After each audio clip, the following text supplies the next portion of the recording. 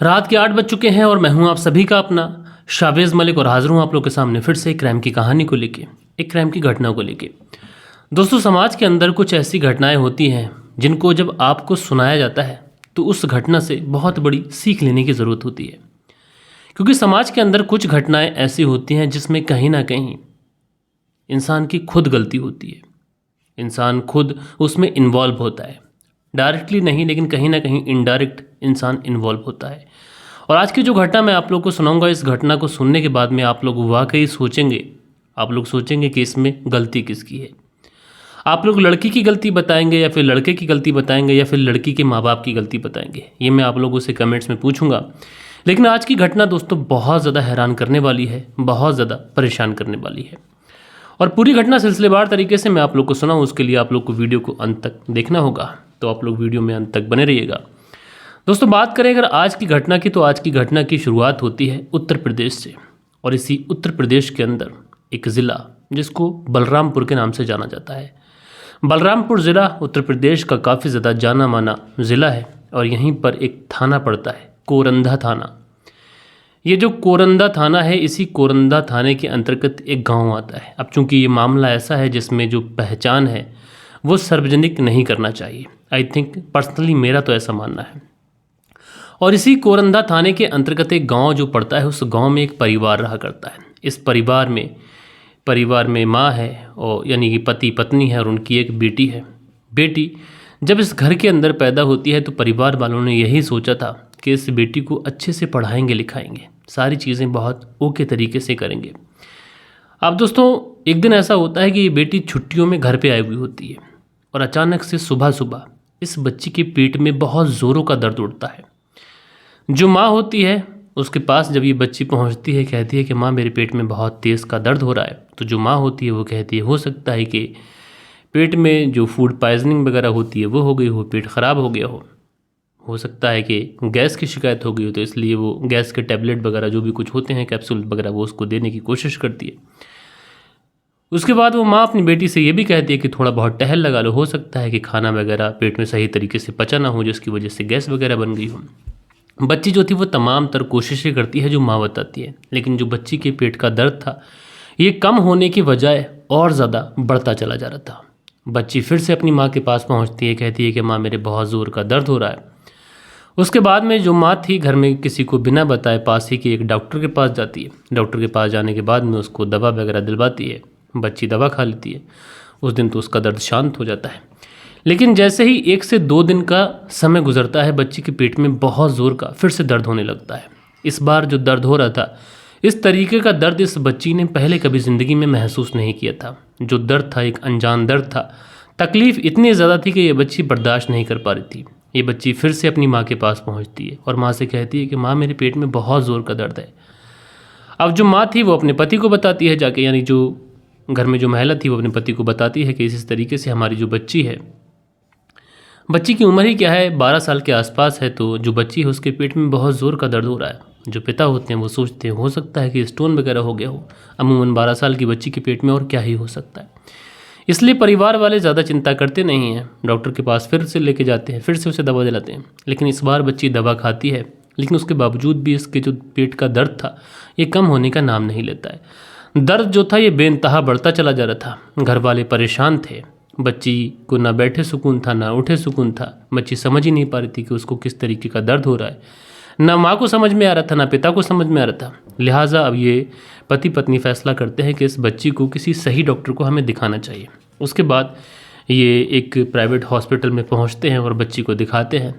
तो वहाँ पे जो डॉक्टर होता है वो कहता है कि देखो पेट का दर्द है, अब जब सही तरीके से जांच नहीं होगी तो कैसे पता चलेगा ये दर्द किस चीज़ का है। इसलिए बेहतर यही होगा कि हम लोग टेस्ट वगैरह कर लें और जांच वगैरह में अगर पता चल जाए कि ये दिक्कत है तो फिर उसी की दवा खिलाई जाएगी।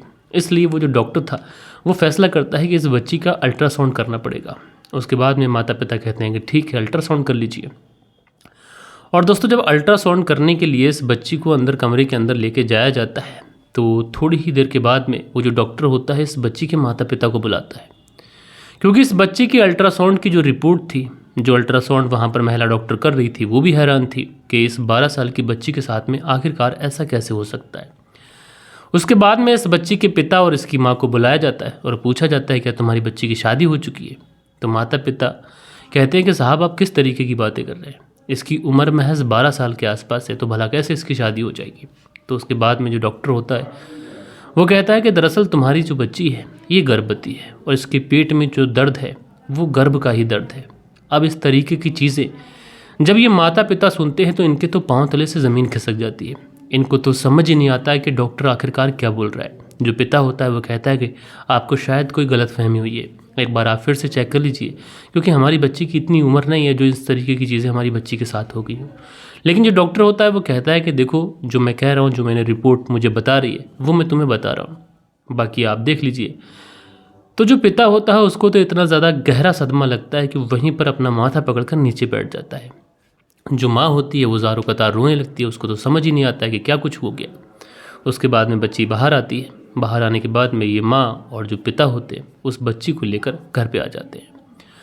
और दोस्तों घर पे आने के बाद में पिता तो चला जाता है और अपनी पत्नी से ये कह के जाता है कि इससे पता करो कि उसके पेट में पल रहा बच्चा आखिरकार किसका है, किसके साथ में इसने मुँह काला किया है। अब ये सारी चीज़ें माँ सुनती तो है लेकिन परेशान होती है। एक तरफ पत्नी का भी रोल उसे निभाना है, एक तरफ माँ का भी रोल उसे निभाना है, जबकि जिम्मेदारी उसकी इसमें कुछ भी नहीं है।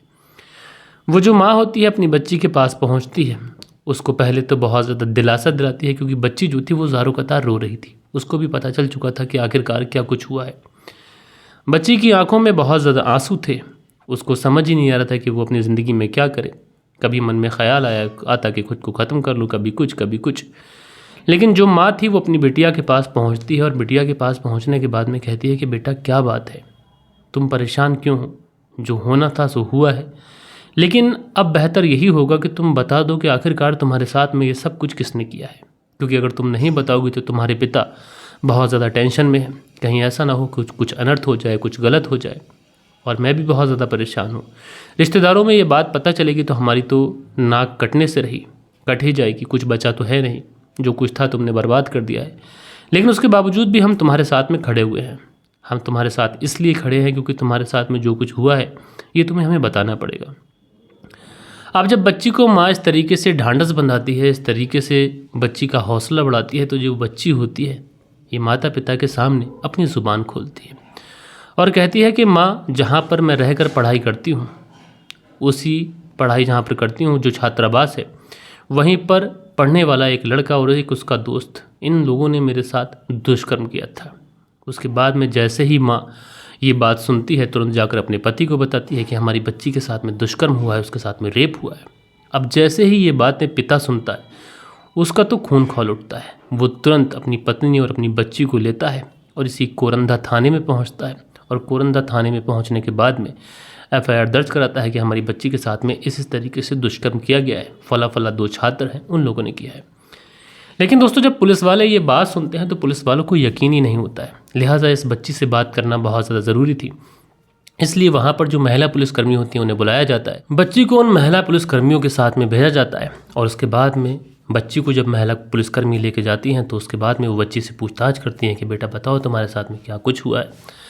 तो ये बच्ची बताती है कि दरअसल कोरंदा थाने में ये मामला चल रहा है। बताती है कि कुसमी ब्लॉक एक जगह पड़ती है, कुसमी ब्लॉक, यहाँ पर एक निजी छात्रावास है जहाँ पर अलग से लड़कियों के रहने का भी इंतज़ाम है और लड़कों के रहने का भी इंतज़ाम है। और वहीं के स्कूल में रहकर ये बच्ची पढ़ाई करती थी, अलग अलग कमरे थे।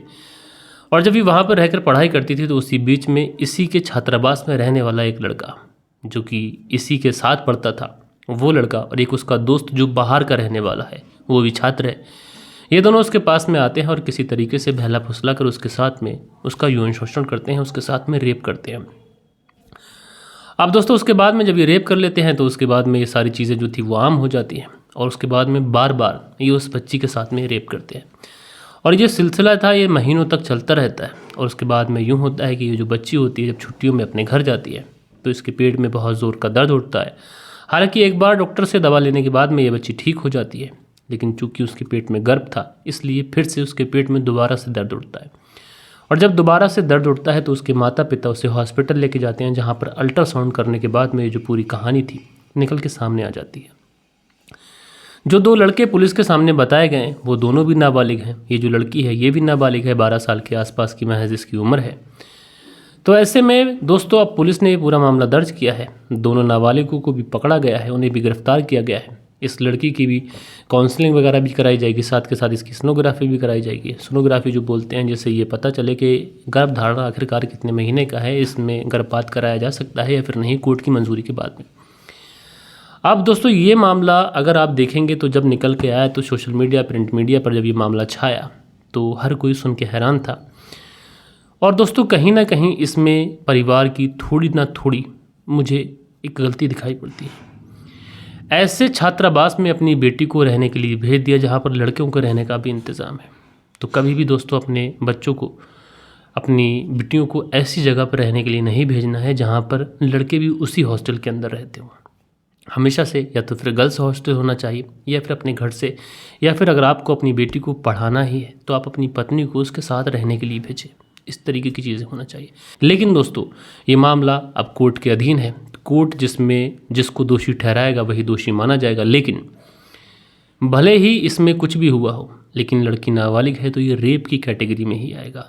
अब ऐसे में जो लड़के नाबालिग हैं उनके ऊपर क्या केसेस बनते हैं ये तो देखने वाली बात होगी। लेकिन दोस्तों बड़ी हैरानी होती है ऐसी कहानी सुनकर जिसमें सब नाबालिग हैं और इस तरीके की मानसिकता निकल के आती है।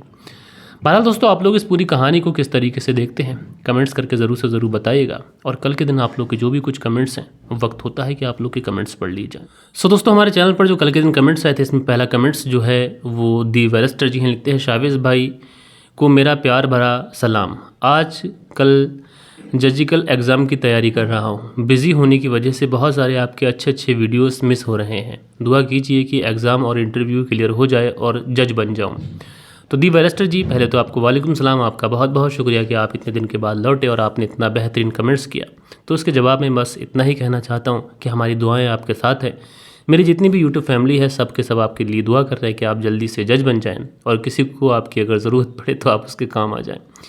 उसके बाद में जय हिंद करके आईडी है और ये लिखते हैं अच्छी कहानी है। तो भैया बहुत बहुत शुक्रिया आपका। उसके बाद में मंसूरी भाईजान है, लिखते हैं अस्सलाम वालेकुम शावेज़ भाई, आपका कहना बिल्कुल सही है। जुर्म कोई भी हो आखिरकार रास्ता ठंडे दिमाग से ही काम लिया जाए तो रास्ते निकल आते हैं। मंसूरी भाईजान जी वालेकुम सलाम, आपका बहुत बहुत शुक्रिया कि आपने अपना बेशकीमती कमेंट्स किया। प्रियंका सिंह है, लिखते हैं बहुत अच्छी कहानी भैया। तो प्रियंका सिंह जी मेरी बहन आपका बहुत शुक्रिया। गुंडनवाल है, लिखते हैं अच्छी घटना। तो गुंडनवाल जी आपका शुक्रिया। ए खान है, लिखते हैं सुपर स्टोरी भाई। तो ए खान जी आपका बहुत शुक्रिया। नक्षत्र सिंह है, लिखते हैं मलिक भाई साहब नमस्कार, कल आपने मेरा कमेंट्स नहीं पढ़ा, बहुत ही बुरा लगा। ये कहानी पहले सुनी है लेकिन आपके अंदाज़ में सुनकर बहुत ही बढ़िया लगी। तो नक्षत्र सिंह जी आपका बहुत बहुत शुक्रिया। कल के दिन क्या हुआ कि मेरे पास ये कहानी ऑलरेडी शूट की हुई पड़ी थी, मैंने अपलोड नहीं की थी, इसलिए रखी थी कि कभी अगर इमरजेंसी में कहीं जाना पड़ जाए तो इस कहानी को अपलोड कर दूंगा। तो कल वही हुआ, इमरजेंसी में कहीं जाना पड़ा, वीडियो शूट हुई नहीं, इस वजह से आपके कमेंट्स नहीं पढ़ पाए। शीलनिधि हैं, लिखते हैं शावेज़ भाई आपकी आवाज़, आप आवाज़ के जादूगर हो, कहानी सभी बेहतरीन होती हैं। तो शीलनिधि जी आपका तहे दिल से शुक्रगुजार हूँ। स्टेटस फॉर यू हैं, हार्ट बनाते हैं और दुआ करते हैं, बहुत शुक्रिया। सुरेंद्र शर्मा है, लिखते हैं नमस्ते मलिक भाई साहब। तो भैया नमस्ते। आगे लिखते हैं नाइस स्टोरी सुरेंद्र कुमार, श्री विजयनगर राजस्थान से। तो भैया आपका बहुत बहुत शुक्रिया। MR सुशील एडिट्स करके आईडी है, लिखते हैं मलिक भाई जान आपकी बहुत अच्छी कहानी, आपकी बहुत अच्छी लगती है और सुनाने का अंदाज़ भी। सुशील मौर्य ज़रही अयोध्या से हूँ और सूरत में रहता हूँ। तो सुशील मौर्य जी आपका बहुत बहुत शुक्रिया। आप अयोध्या से हैं और सूरत में रहकर काम करते हैं, वहाँ से कहानी सुनते हैं, बहुत शुक्रिया। आलम असलम है, हार्ट बनाते हैं, बहुत शुक्रिया। राजेंद्र कुमार हैं, रोज़ बनाते हैं, बहुत शुक्रिया। सोहनलाल सेतिया हैं, लिखते हैं कहानी अच्छी है पर ये कहानी पहले कभी सुन चुका हूँ। तो सोहनलाल सेतिया जी आपका बहुत बहुत शुक्रिया। हसीबुल अंसारी हैं, लिखते हैं अस्सलाम वालेकुम मेरे छोटे भाई, नाइस स्टोरी। मैं दुबई में रहकर कहानी सुनता हूँ और रहने वाला सीतापुर सिधोली से हूँ। तो हसीबुल अंसारी जी वालेकुम सलाम भाई, आपका बहुत बहुत शुक्रिया। जयप्रकाश सिंह हैं, लिखते हैं नमस्कार मलिक भाई साहब, आपकी वीडियोस जो आती हैं बहुत ही पसंद आती हैं मुझे और मैं आपकी वीडियोस हमेशा देखता हूँ। ज़िला हमीरपुर यूपी का रहने वाला हूँ।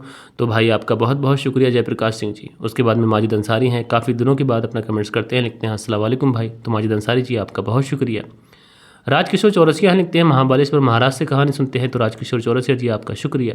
असलम हैं, लिखते हैं असलम भाई बट्टर वाली नया तोला अररिया बिहार से सुनते हैं। तो भाई आपका बहुत शुक्रिया। उसके बाद में श्री कृष्ण पिंगोलिया जयपुर राजस्थान से सुनते हैं। तो श्री कृष्ण जी आपका बहुत शुक्रिया।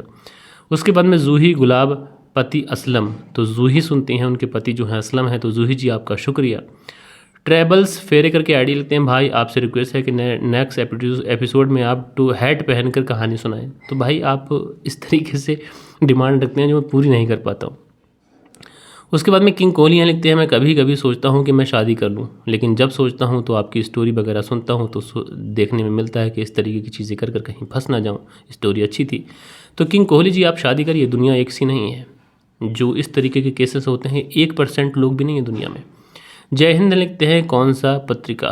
तो जय हिंद जी आपका बहुत बहुत शुक्रिया, आपने अपना प्यारा सा कमेंट्स किया। सुनील त्यागी है लिखते हैं, रिश्ते अनमोल होते हैं, रेनू सुनील त्यागी श्याना बुलंदशहर से। तो भाई आपका बहुत बहुत शुक्रिया। उसके बाद में राजपुरा खबरनामा है लिखते हैं, शावेज भाई 2005 की घटना है तो बाद में दोनों का क्या हुआ?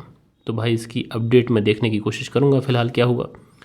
उसके बाद में इलाज मोहब्बत सब्र, तो सब जैसे होते हैं दूर होते जाते हैं, बस क्लीन बेशर्मी बेहयाई झूठ सच बोलना भी आज गुनाह हो गया है, समझाने वाला सबसे बड़ा दुश्मन नज़र आता है। ए चौधरी जी लिखते हैं, बहुत अच्छी बात कही ए चौधरी जी आपने, मैं आपका शुक्रगुजार हूँ।